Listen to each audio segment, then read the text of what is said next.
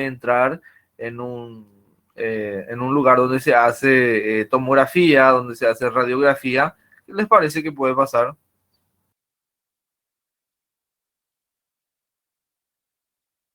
Generalmente vemos un cartel que dice prohibido personas, o sea, mujeres embarazadas, dentro de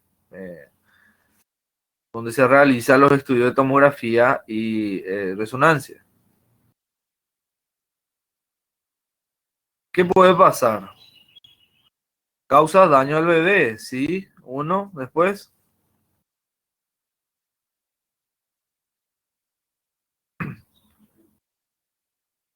Puede ocasionar la mala formación, muy bien, una mala formación.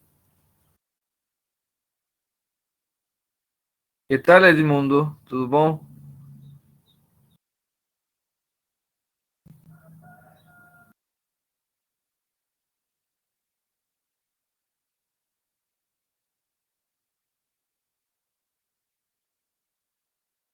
Bueno, entonces, estos son los cuatro tipos o cuatro grupos de la clasificación de la radiación. Volvemos a repetir. Los que producen cáncer, los que producen mutaciones genéticas, los que producen efectos al embrión durante el embarazo y, por último, los que provocan quemaduras por exposición excesiva.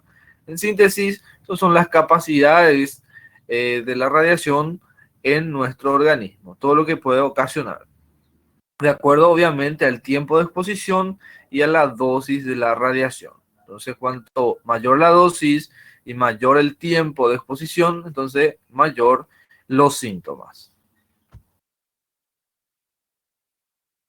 Bueno, entonces el tipo de efectos de la radiación según el tipo de interacción con las moléculas blanco. Efecto directo, efecto indirecto, efecto en células somáticas y efectos en células germinales. Vamos a hablar primeramente de los primeros dos, el efecto directo y el efecto indirecto. Acá el más frecuente va a ser obviamente el efecto indirecto. ¿Por qué?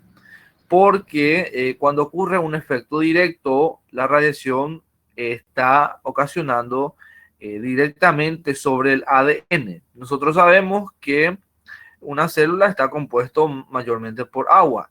Entonces, el alcance que va a tener la radiación por una célula va a ser mayormente por el agua. ¿Y qué va a pasar cuando ocurre una radiación? O sea, una interacción de forma indirecta va a atacar al líquido, al agua de la célula para provocar radicales libres y ocasionar su aumento de tamaño y destrucción de esta célula. Y cuando ocurre efecto directo es que ataca directamente al código genético de esta célula, ocasionando un daño en el genoma y provocando obviamente ahí también las mutaciones genéticas. Entonces, efecto directo, que es directamente sobre el ADN, y efecto indirecto sobre el agua, provocando radicales libres y ocasionando un daño en la célula. Bueno, entonces la clasificación de los efectos biológicos. Podemos clasificarlo en efecto estocástico y efectos no estocásticos. Vamos a hablar de cada uno, en qué consiste los efectos estocásticos y en qué consiste los efectos no estocásticos. Acuérdense que hoy iniciamos nuestras actividades de la primera y la segunda semana. Entonces, el día de hoy voy a estar subiendo los materiales de clase y, por supuesto, también la actividad correspondiente a la semana 3. Entonces, mucha atención porque hoy vamos a realizar ya nuestro trabajo. Entonces, va a valer 4 puntos. No se olviden, 5 simples preguntas bien fáciles. Una vez que concluyamos la videoconferencia, vamos a estar haciendo nuestras actividades. Va a tener un tiempo de 2 días para que puedan entregar. Eh, Hoy es jueves, viene hasta el sábado. Tienen tiempo a las 23 horas. Sábado 23 horas se cierra el tiempo de entrega de las actividades. Entonces, vamos a empezar ya con la semana 3. Bueno, vamos a hablar de los efectos estocásticos. Entonces, los efectos estocásticos son cuya probabilidad de ocurrencia se incrementa con la dosis recibida, así como el tiempo de exposición.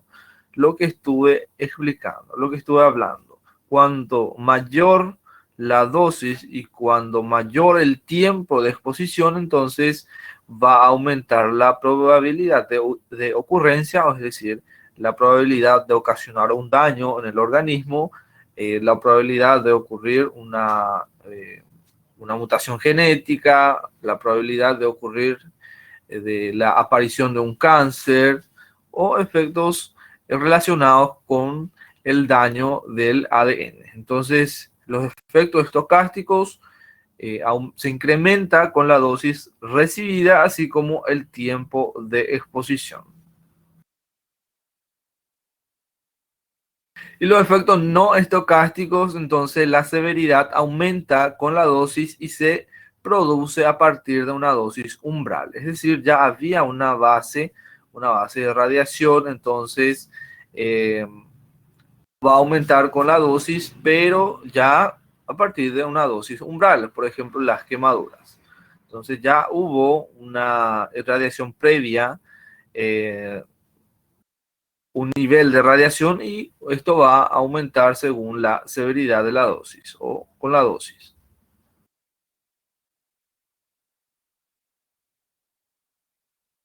Bueno, acá está el síndrome de irradiación aguda. Entonces, yo dije que primeramente cuando ocurre una irradiación aparece lo que es el síndrome de irradiación aguda. Luego viene el periodo de latencia y posteriormente la muerte celular o la muerte del paciente. Entonces, el síndrome de irradiación aguda, estos son preguntas de examen, anoten. Entonces, van a ser el conjunto de síntomas por la exposición del cuerpo total a una gran porción de radiación. Es como si fuera un gran golpe de radiación lo que provoca lo que es la irradiación aguda. Entonces va a presentar los siguientes síntomas, como por ejemplo las náuseas, vómitos, anorexia, fiebre, pérdida de peso y la hemorragia intestinal. Como dije, diarrea con sangre o vómitos con sangre. Son los síntomas de irradiación aguda. Si ustedes ven, es muy difícil que vean un paciente con síndrome de irradiación aguda, al menos aquí en Paraguay, porque ustedes saben que en este país se utiliza la energía renovable. Y no hay usinas nucleares en donde un paciente pueda estar expuesto a esta radiación. Entonces, serían estos los síntomas que puede presentar un paciente con síndrome de radiación aguda: náusea, vómito, anorexia, fiebre, pérdida de peso y hemorragia intestinal.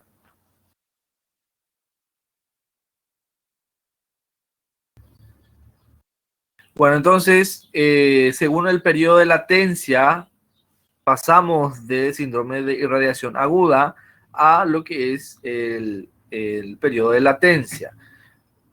Agudos y referidos. Agudos que serían a corto plazo, es decir, los síntomas, las mutaciones genéticas, el daño directo o indirecto puede presentarse a corto plazo. Y referido es exclusivamente, por ejemplo, del cáncer o algún tipo de malformación genética.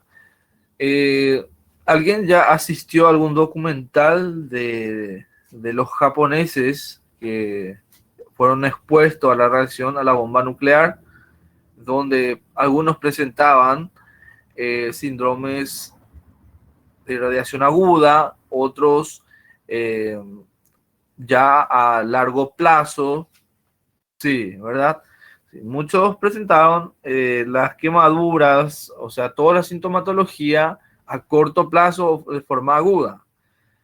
Y bastantes personas murieron ya después de varios años por consecuencia de la exposición a esa radiación que provocó obviamente la bomba nuclear de Hiroshima y Nagasaki.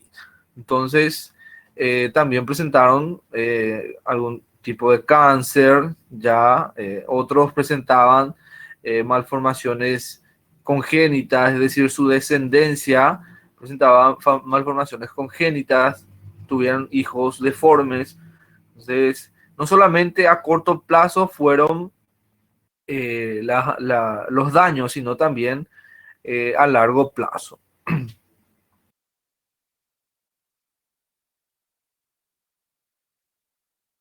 Vamos a ver algunos efectos agudos de la radiación, es decir, todo lo que puede aparecer en el momento. Aquellas personas que ya vieron el documental de o sea, la Segunda Guerra Mundial, de la guerra de Japón y Estados Unidos, seguramente ya vieron lo que fue una exposición a una radiación, específicamente a esa catástrofe nuclear, o sea, esa guerra, entre comillas. Eh, que los pacientes presentaban eritema, necrosis de la piel, caída de cabellos, necrosis en tejidos internos, esterilidad temporal o permanente, funcionamiento anormal de los organismos hematopoyéticos. Estos son algunos efectos agudos, ya sea general o locales, de una exposición a una radiación. Entonces, ¿cuál era? Estos serían lo que yo podría observar, todo lo que yo puedo ver en un paciente con una exposición aguda. Ahora, ¿cuáles serían los síntomas? ¿Se acuerdan? Síndrome de irradiación aguda. ¿Cuáles son los síntomas de un paciente con síndrome de irradiación aguda?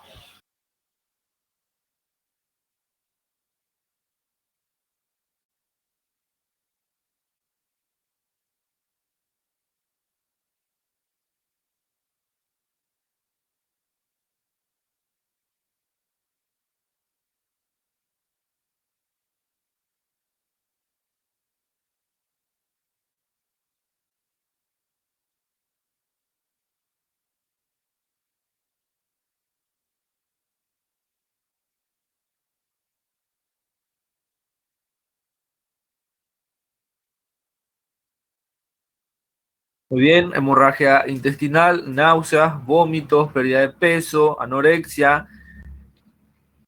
Exactamente. Entonces serían los síntomas de un paciente con síndrome de radiación aguda.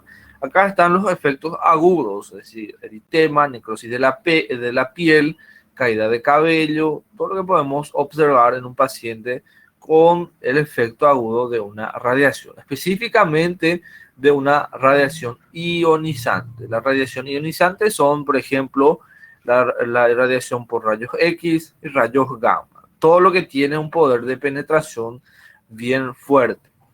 Y la radiación no ionizante es lo que estamos en contacto constantemente, por ejemplo, un teléfono, radio, televisor, todo esto son radiaciones no ionizantes, pero que con el tiempo también puede ocasionar algún tipo de daño.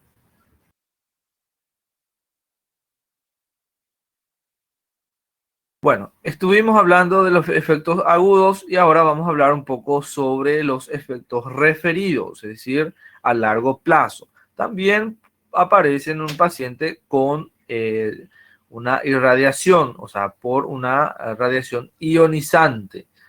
Es decir, que con el tiempo puede ocasionar algún tipo de problema en este organismo. Entonces puede ser la consecuencia de una sola exposición intensa.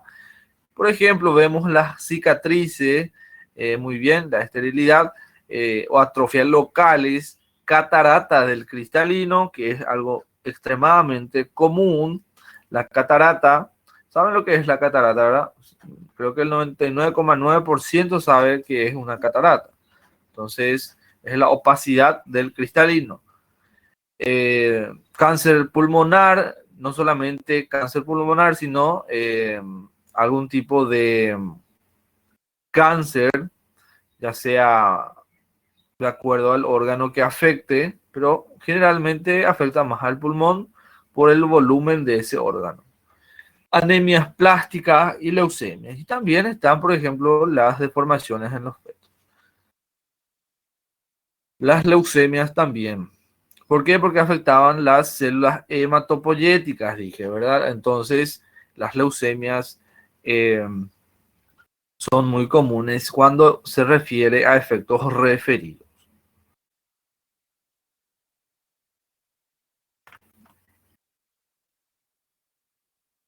Bueno, entonces vamos a hablar de esta unidad de medida que nosotros vamos a estar utilizando eh, para obviamente saber lo que es la exposición de la radiación.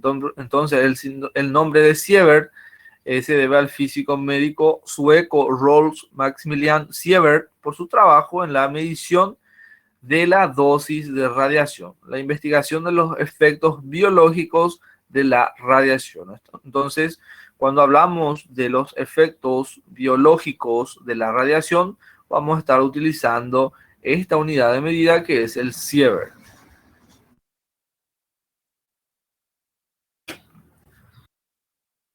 Bueno, entonces clasificación según la cantidad de dosis única recibida, es decir, una sola exposición a esta radiación.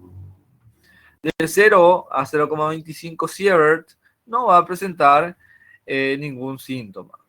De 0,25 sievert a 1 sievert, algunas personas sienten náuseas, pérdida de apetito, pueden sufrir daños en la médula ósea, los ganglios linfáticos o en el vaso. De 1 a 3 sievert, y atiendan acá porque esto puede aparecer en el examen. Por ejemplo, si en el examen aparece una persona que fue expuesta a una dosis única de 10 sievert, ¿qué le puede pasar? Miren, sigan conmigo.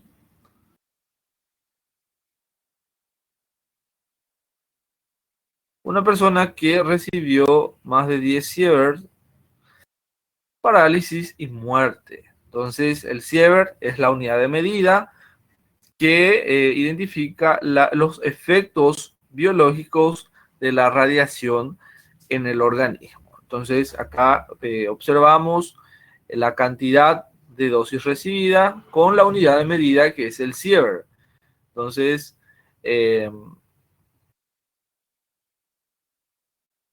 afecta no solamente a los huesos, ya la cantidad de dosis recibida es extremadamente alta, tanto ya causa una falla multiorgánica, eh, la parálisis y posteriormente la muerte. Entonces, estos son las unidades de medida de acuerdo a los efectos biológicos recibidos por la radiación. Bueno, vamos a hablar de la protección radiológica. Obviamente hay sistemas de seguridad, es decir, hay cómo defenderse de la radiación para las personas que trabajan en un ambiente en donde están en contacto con algún tipo de radiación, entonces tiene que tener alguna protección para evitar justamente los efectos biológicos de la radiación. ¿A quién va a estar destinado esta protección radiológica? A las personas que tienen un trabajo en un ambiente que esté en contacto con una radiación ionizante. Por ejemplo, las personas que trabajan o sea, los radiólogos, personas que trabajan en un ambiente que está en contacto con los rayos X. ¿Quién trabaja? ¿Quién es radiólogo? Cayo. Cayo, ¿vos sos radiólogo? Muy bien, entonces Cayo sabe perfectamente cuáles son los materiales que se utiliza para la protección contra esta radiación, las placas de chumbo. Muy bien. Acá vamos a ver todos juntos cuáles son, por ejemplo, la protección. Vamos a ver, acá está. Cayo, ¿qué te parece esta imagen? Cayo, ¿qué te parece esta fotografía?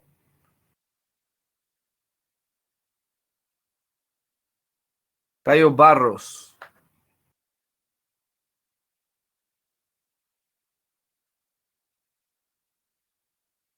¿Te estás escuchando bien?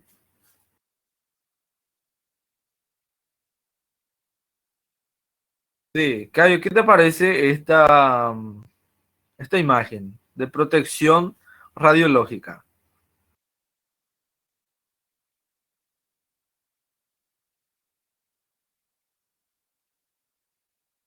Vos utilizás, ¿verdad? Muy bien. Bueno, todos los días. ¿Es pesado o es liviano esta ropa? Es pesado, dice. Es pesado. ¿Por qué es pesado, Cayo?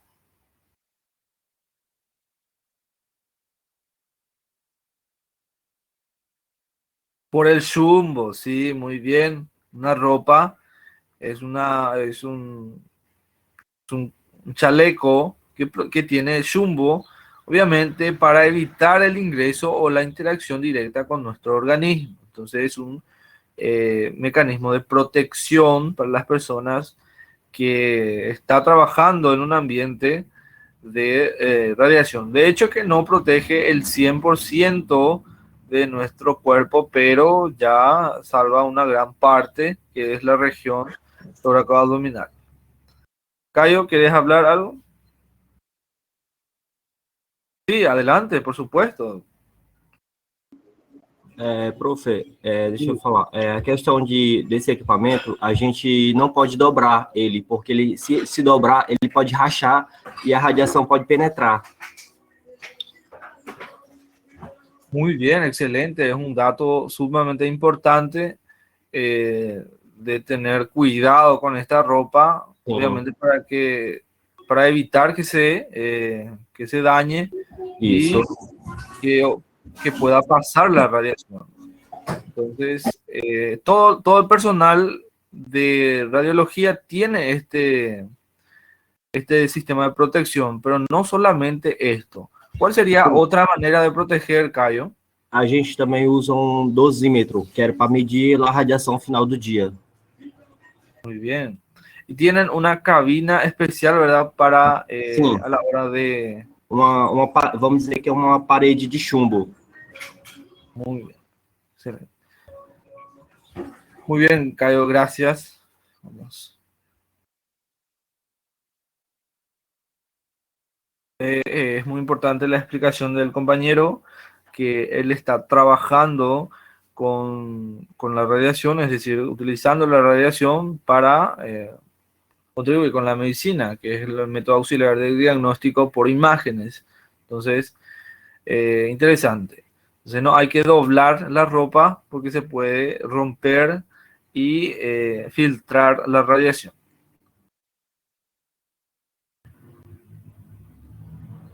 Bueno, entonces, la protección radiológica es la disciplina que estudia los efectos y la dosis producidas por las radiaciones ionizantes y los procedimientos para proteger a los seres vivos de los efectos nocivos, siendo su objeto principal los seres humanos. Acá vemos unas imágenes que indican si hay algún tipo de radiación en el entorno. Entonces, si ven una imagen de este formato con este color, es una zona vigilada. Si es verde, una zona controlada. Si es amarillo, entonces es una zona de permanencia limitada, es decir, que solamente tiene que estar un cierto tiempo en ese lugar. Si es de color naranja, es una zona de permanencia reglamentaria y ahí ya tenemos que tener nuestro equipamiento de seguridad. Y si es rojo, entonces zona de acceso prohibido. Ustedes saben que cuando hay una gran, pero gran cantidad de radiación en un entorno, inclusive el sistema de seguridad que tenemos es inútil, obviamente por la gran cantidad de radiación. Entonces, ni por más bien equipado que estés, igual puedes tener un riesgo muy elevado de irradiarte. Exactamente, ahí de Nilsson dice que las paredes de la clínica están protegidas por placas de plomo o chumbo para que se evite la radiación a los vecinos, es decir, para que no pase a otra persona, solamente se controla esa radiación. Por eso es una radiación controlada en medicina.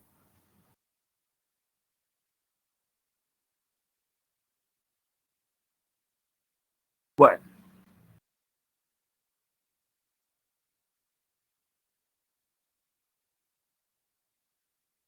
Acá vemos las 3 reglas fundamentales de protección contra toda fuente de radiación. Está la distancia, está el blindaje y el tiempo. Estas son las 3 reglas para la protección contra la radiación. Por ejemplo, la distancia, cuando más lejos del foco de radiación estés, entonces obviamente es mejor. Entonces, alejarse de la fuente de radiación, puesto que su intensidad disminuye con el cuadrado de la distancia.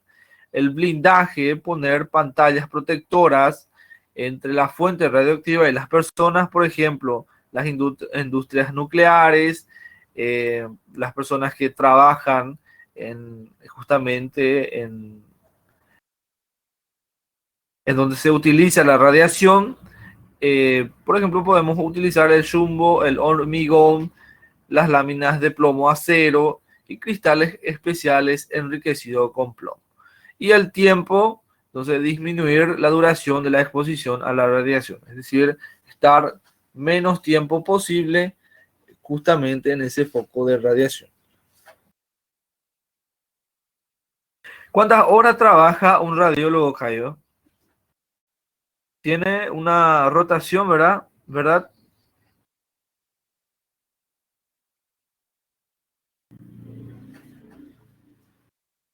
¿Cuánto tiempo trabaja un radiólogo? Inclusive se aposenta más temprano, ¿verdad o no?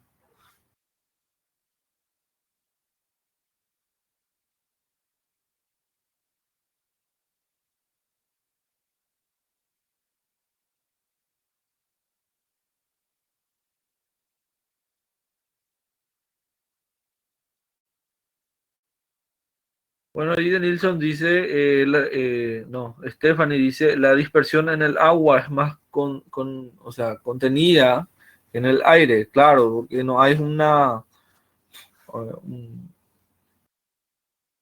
interposición entre lo que es el foco de radiación y las personas. En el agua hay un foco de interposición. Sí. Sim, eu trabalho apenas uma vez por semana, a cada 7 dias, digamos assim. É plantão. Eu assumo um plantão de 24 horas, aí só entro com 6 dias depois, 7 dias, entendeu? E o tempo é 25 anos que a gente trabalha.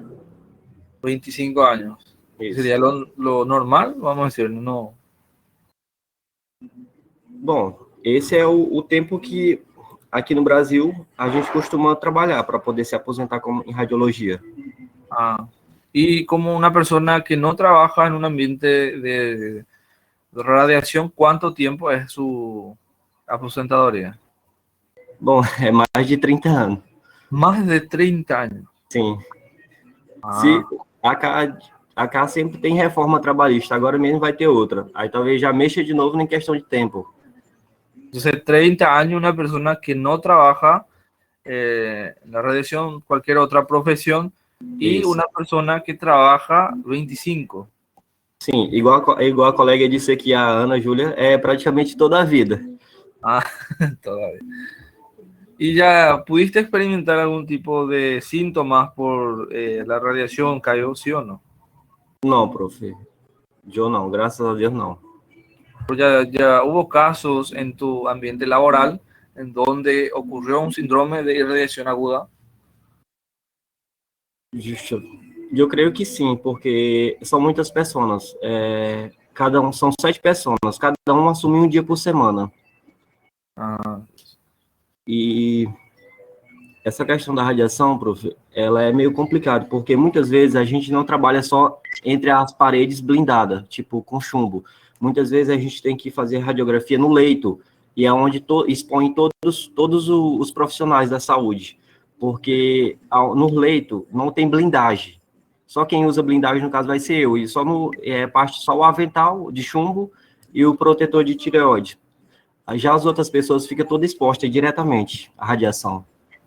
Sí, yo veo que es muy difícil también tratar con personas, por ejemplo, discapacitadas, por ejemplo, que están, o sea, que te traen de terapia intensiva. Isso. Vos tenés que estar ahí, atajando al paciente. no podés entrar en tu cabina a protegerte, tenés que estar Justamente. ahí atajándole, ambuceando, haciéndole respiración manual para poder justamente sacar una tomografía o si no una radiografía. Isso, e em centro cirúrgico também, não tem proteção, aí todos ficam expostos à radiação. Si es un paciente ambulatorio para, por ejemplo, una placa radiográfica de tórax, vos le podés decir, quédate ahí, segura a placa, yo voy a entrar na cabina. Sim, aí Pero si es un paciente de UTI, ahí no podés hacer. sim, se a pessoa não estiver, se ela tiver, se ela tiver boa fisicamente, ela tem que ir para a cabine para poder fazer lá, para a gente fazer lá nas salas por causa dos outros profissionais. Já se ela estiver incapacitada, a gente tem que fazer onde ela está. Exactamente, Cayo. Muy bien. Hay una pregunta que me dicen cuándo es el tiempo de aposentadoría del Paraguay. Por ley está establecido hasta 28 años, pero de acuerdo a la cantidad de hijos. Un hijo vale un año, hasta 3 hijos. Por ejemplo, podés jubilarte o aposentarte a los 25 con 3 hijos, que te cuenta 28. Dije que un hijo vale un año. Entonces, 25 años con 3 hijos, vos cumplís ya tus 28 años. Entonces, un hijo te vale un año, pero hasta 3 cuenta, desde el momento que inicias en el servicio público.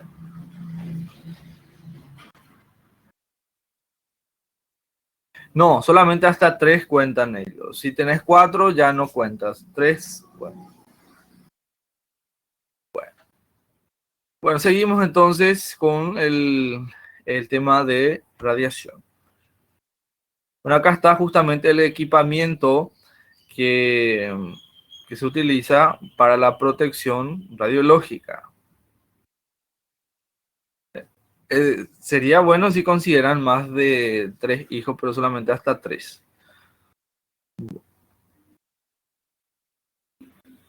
Bueno, acá están los tipos de radiación, las partículas alfa, beta, la radiación X o X y la radiación gamma, que es de acuerdo a la carga energética y el poder de penetración que presentan estas radiaciones.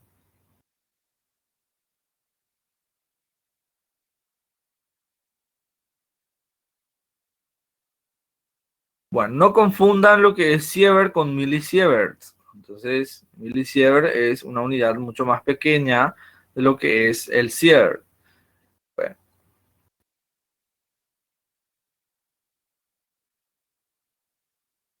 Hablemos un poco sobre las catástrofes nucleares y sus consecuencias en una población para ya finalizar con nuestra clase del día de hoy. Acá vemos algunos eventos históricos y algunas catástrofes que sucedieron en el mundo. Por ejemplo, la bomba atómica, ya saben, la única bomba atómica que fue detonada en una guerra activa, entonces que fue la bomba de Hiroshima y Nagasaki.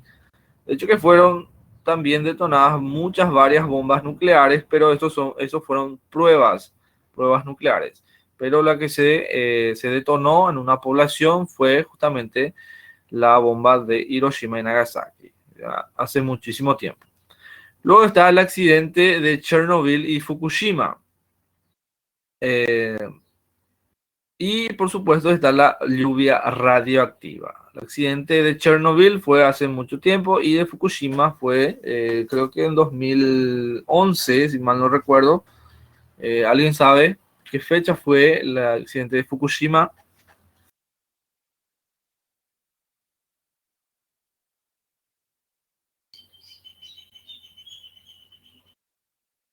Sí, fue en 2011. Entonces el accidente nuclear de Fukushima en Japón y su mala suerte con la radiación, ¿verdad?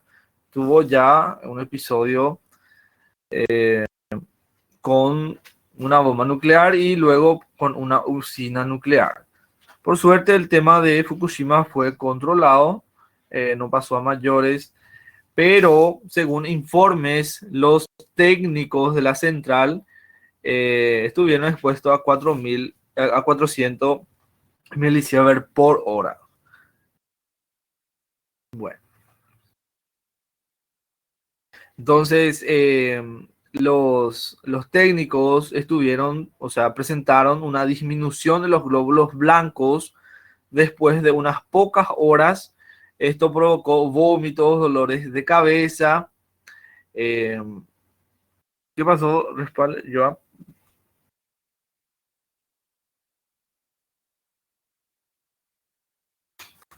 Están debatiendo ahí entre Joab y Stephanie.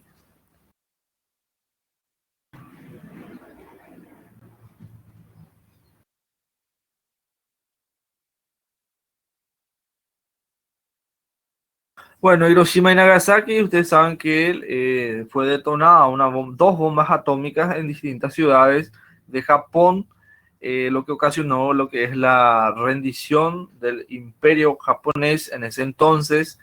Eh, Fue detonado dos bombas atómicas, una de plutonio y otra de uranio, eh, lo que ocasionó una devastación en estas ciudades y por sobre todo por su población. Eh, donde donde podemos observar los efectos inmediatos y efectos a largo plazo de la radiación. Los efectos inmediatos sabemos que mataron más de 80.000 personas con una sola bomba en el momento. Luego, los efectos a largo plazo que también cobraron la vida de muchísimas personas después de unos cuantos años. Ocurrió las malformaciones congénitas, aparecieron muchos cánceres en las personas. En síntesis, una gran catástrofe eh, a nivel de ese país. Sí, acá está, por ejemplo, la imagen grabada en las paredes, un poco como una imagen radiológica. Acá está, miren. Bueno.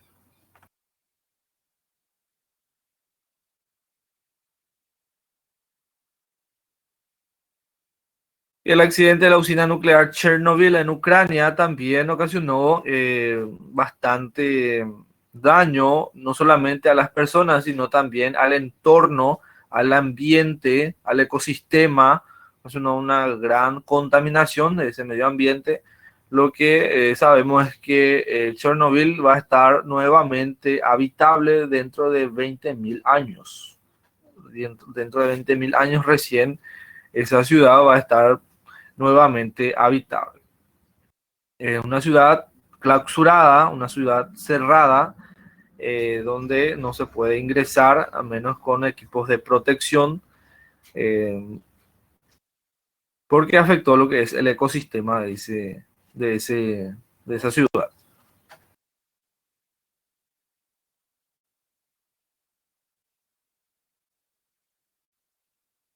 Bueno, ¿qué es la lluvia radioactiva? La lluvia radioactiva es la caída de partículas radioactivas a la atmósfera proveniente de un accidente nuclear. En Chernobyl también ocurrió lo que es la lluvia radioactiva, donde esas partículas fueron a la atmósfera, también por la ruptura o el incendio de lo que fue esa usina nuclear, fueron a parar a la atmósfera y cayeron como partículas, eh, como gotas de lluvia. Por eso tuvo un gran alcance al ecosistema de esa ciudad, que cayeron o porque se esparció en una gran zona. Bueno, eso son algunas de las malformaciones congénitas que presentaron la descendencia de los pacientes que fueron irradiados en Chernobyl. Entonces vemos todas estas malformaciones que presentaban los hijos de las personas que fueron irradiados con la radiación ionizante. Sí, inclusive los animales fueron víctimas de esta catástrofe.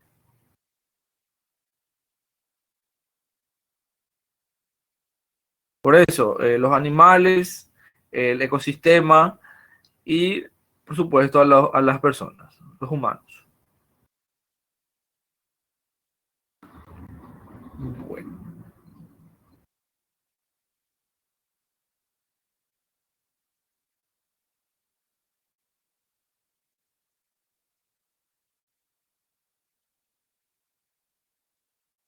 Bueno, existen tres opciones en esta vida: ser bon en algo, ficar bon o desistir. Entonces, la última opción no es válida porque no tenemos que desistir a pesar de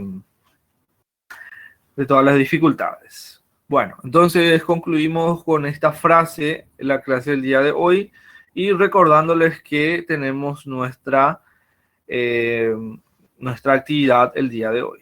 Entonces, podemos cerrar ya la videoconferencia en caso de que no tengan algún tipo de duda o alguna pregunta.